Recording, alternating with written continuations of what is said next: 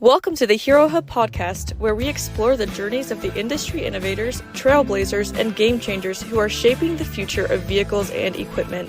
Whether you're here for cutting-edge tech, business strategies, or simple love of the ride, this is where you'll find the inspiration to fuel your journey. I'm Horrocks. This is Bud's Power Sports up in Cottonwood, Idaho. Shayla, Horrocks, same place. And how long have you guys been up there? 17 years, I think, is when we built the new building Yeah. that we're in now. But the Bud Saw Service, which is the parent company that we originated from, was at a different location. And that was like 1969, I want to say that it's been there since. So been around a while. It was a family business before. They decided to get out of it, so they sold it to our current owners. So they bought it at the old building in town and then built it up to what it is now. And how long have both of you been in the business? I worked here in high school. I was just in the office doing administrative stuff, filing paperwork, stuff like that.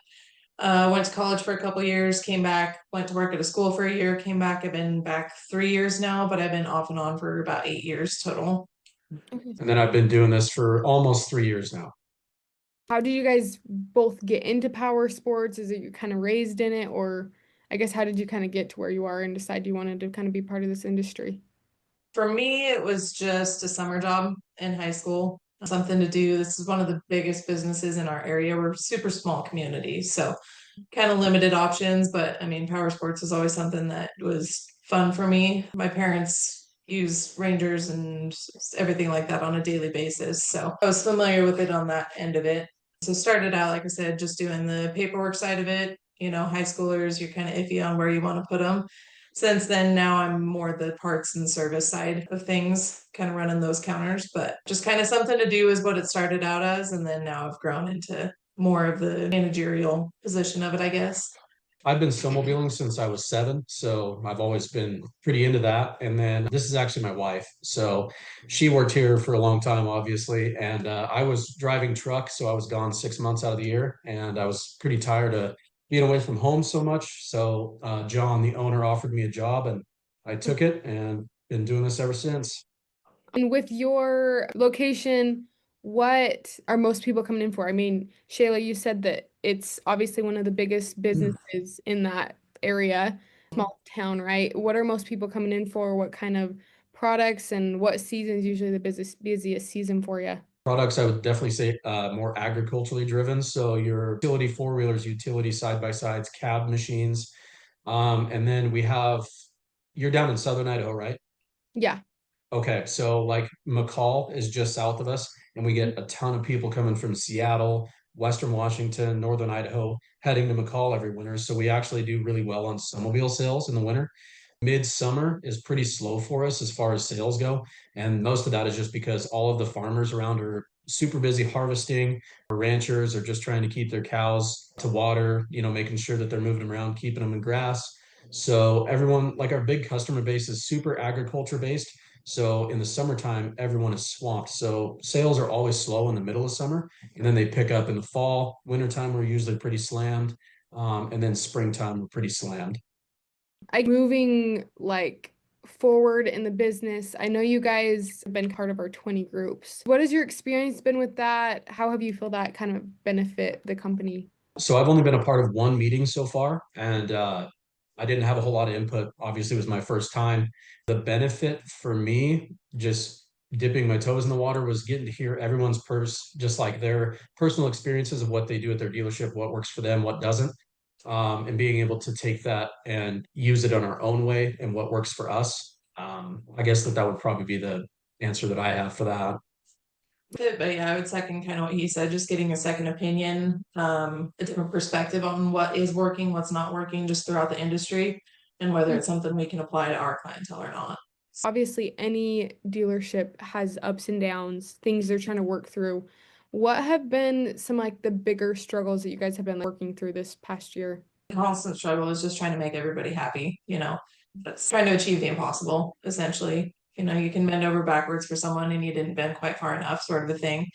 So I would say just trying to figure out a way to be consistent throughout our customers and still being able to make everyone happy with that consistency, like some people just expect more, and that's fine. We're wanting to deliver the best that we can, just trying to figure out a one size fits all that fits everybody as far as our customer service goes. I think quality control, especially with Polaris goes, the last 2 years, we've had a serious issue with brand new machines showing up, and it's constantly just headaches, whether it be computer systems, whether it's quality control on suspension products, warp plastic, just stuff like that. And then also the demand from Polaris with the amount of machines that we have to take, the dealer profile, that has been a serious fight. Can-Am is so much better about that. Also with quality control, Can-Am is way better about that too. I'm not ragging on Polaris here by any means, but also the warranty side of things on Polaris has dropped drastically in the last year, whether it be on, I don't know what's going on their end, but just selling ESCs to people, you cannot say bumper to bumper because it is not. You fight that way more. I would second that. Yeah, we've had to fight tooth and nail for some of the things that we've gotten approved on things that are covered components that now all of a sudden it didn't get maintained within the maintenance intervals, sort of a thing, even though we've proven that they are. We've just kind of had to fight tooth and nail for this bumper to bumper coverage that we've stopped saying bumper to bumper coverage because it's come around to bite us in the rear end, that now people have an issue with their machine and they come to us for their coverage that we promised them, and we're having to fight to try to get that covered for them. And we've ended up covering things on the back end because it was something that we said was covered and then it ended up not being covered. We've had to jump through some hoops for some people to maintain that trust.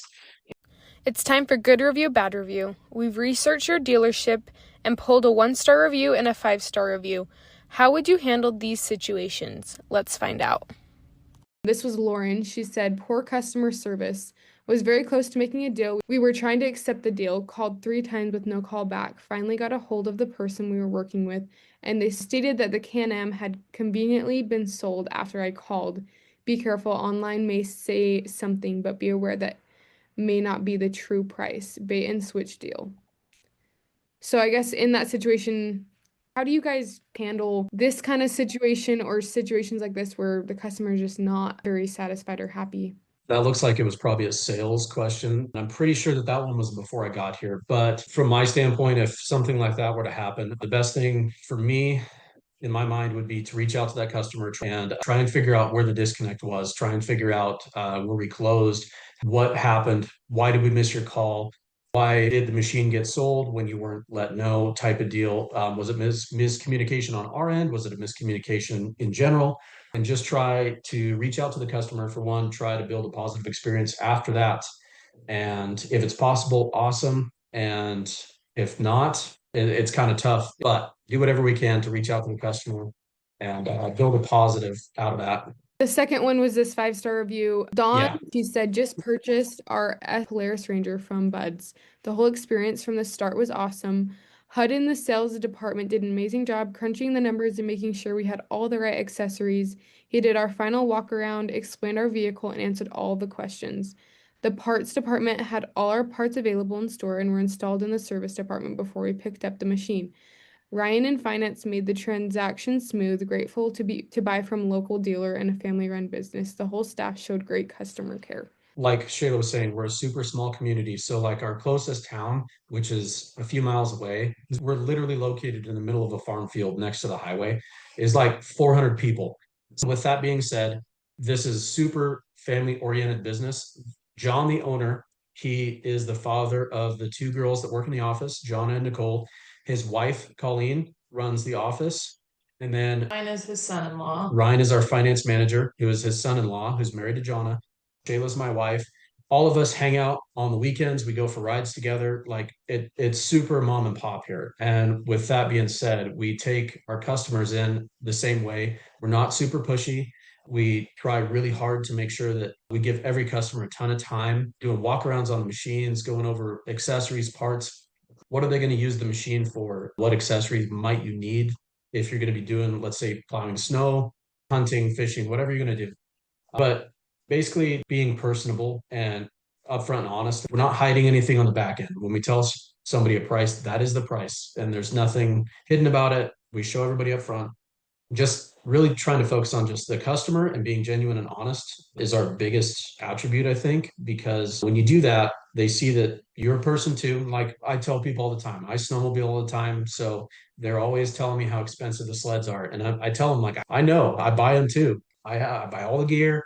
I have my pickup. I've got my trailer. So that helps too. Just they understand that like you're doing it too. So you're not just a salesman sitting behind a desk type of deal. I was So gonna say is we don't treat it as a sales transaction. You know, when someone walks through the door, whether we have to ask their name the next 5 times they come through the door or not, we treat them as if we've known them our whole lives. What is something that you feel like a lot of people don't see behind the showroom floor? I hate I it haven't to thought be a about that. negative, but I mean, kind of with the surveys, we get the negative surveys. Obviously, you can't make everybody happy. Things do happen. One of the things that we've seen happening a lot is there seems to be a disconnect on separating Can-Am from buds or Polaris from buds, you know, like kind of back to the quality control thing of someone's machine comes in, they're excited, they buy it, they take it out for a ride, something breaks that shouldn't break. It ends up not being a covered component, then we as buds end up with a negative review because we couldn't get it covered, sort of a thing. So we always try to establish that relationship of we are trying, we're on your team. If something does break, just know that we are going to go to bat for you. It's a solid machine, it's a great machine, it's man-made mechanical. That's a line that I use almost on a daily anymore. Of things are going to break, you know, and just know that we are on your team. And we're going to go to bat and we're going to try to get this fixed for you and we're going to make it right and everything like that. So I would say just trying to make that personal level of for people too. We didn't break it by design it. We're on your team that if something does go haywire on it, just know that we're people too and we're gonna go to bat for you. Not so much like the dealership side of things, but like where I snowmobile a lot, obviously I have a bunch of videos and pictures on my phone of that. So that's one thing that I can relate with people on when they're, wondering about what kind of sled they're looking for, what the riding conditions are like. I can literally just whip out my phone and show them like my past weekend I just had and show them where, tell them where I was and what I was doing and stuff like that. And then I can kind of pivot off of that to explain to them whether they need, let's say they're trying to decide if they want a turbo or non-turbo, stuff like that. I can kind of help not guide them, but help them decide for themselves what they're looking for. Because at the end of the day, it's not my job to pick the machine for the person. It's my job to help them figure out what they're looking for. So that helps me pivot off that a lot. Like you guys said, your dealership is very family oriented, family owned, and you said you do stuff with the family. How do you guys attempt or do your best to balance work and life? For me, I try really hard. This is just the type of person I am. When I clock out for the day, I'm not at work anymore. I'm on my own time. And don't get me wrong, I still obviously we're married, so we're driving home and we're going to talk about some stuff. Yeah. But when we get home, we're not at work anymore. We don't talk about work anymore, and we just clock out. Same thing goes for our weekends, which I mean, I know that there's some aspects where they want us to have phones on us all the time, responding to leads, which could ding us in a way. But at the same time, we do really well as far as our lead follow up. So I'm not really concerned about that as of right now. So I pretty much just shut off. At the end of the day, I'm not focused on work anymore, but also I prioritize getting my tasks done while I'm at work. And I take down a ton of notes so I don't forget things. And that works really well for me. Don't get me wrong, stuff slips through the cracks every once in a while, but not very often. I'd say trying to figure out how to set boundaries. Because for a while there, he and I both, it's like we clock out for the day, we go home. Someone calls us, they know us personally, they need a part, we end up running right back to work after hours and get them taken care of, sort of a thing.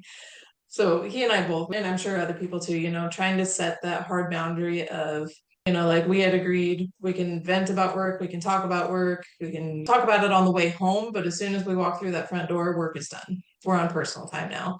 And then same thing with when our friends and family reach out to us, they need a part or they need something done and it's after hours, we're on our family time at this point of just explaining like, I get it. We'll take care of it when we get to work in the morning. It's time for hot takes. One controversial power sport question, one raw answer. No time to think, just real talk. So just trying to set those hard boundaries of being able to still live our life outside of work, but still focusing on work while we're here. Is e-commerce killing your showroom or more good for the industry because it's convenient for the customer in some situations? I'm not super knowledgeable on that. I've never even used it. So I honestly don't have an opinion on that one. I'm kind of in the same boat. We always joke that with us being such a small rural community, we're kind of 10 years behind on the technology side of things. We always joke like we just now got the prompts in our phone that if you want sales or service, press this number. Like that's been around forever, but we just now got it, you know? Yeah. Can we do I another don't one? have an opinion on that one.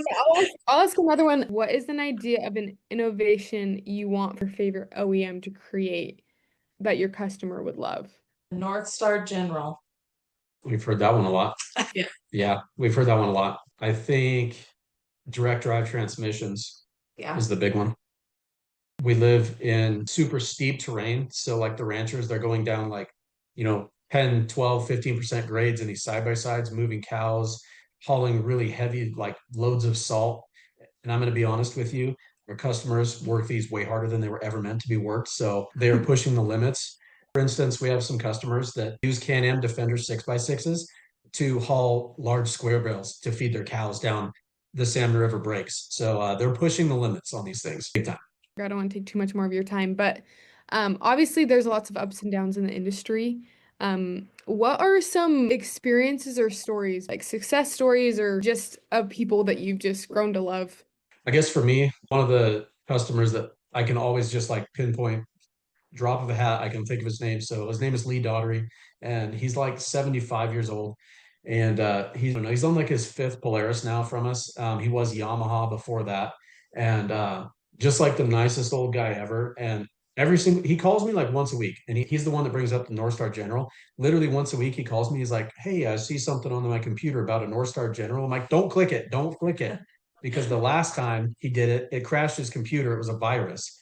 So but he seriously calls me once a week asking about that. And he always starts the conversation with, hey, I just love that machine you guys sold me. It's awesome. Every single time he calls, he says that. It's like once a week. So that one for me. I would say the relationships that you build with people, they're coming in frequently for service. That would be one of the innovative things too, is a larger oil capacity, because some of the places that, people around here use it as their car. Yeah. They're having to change the oil every couple weeks or so. So, being able to extend that life would be awesome.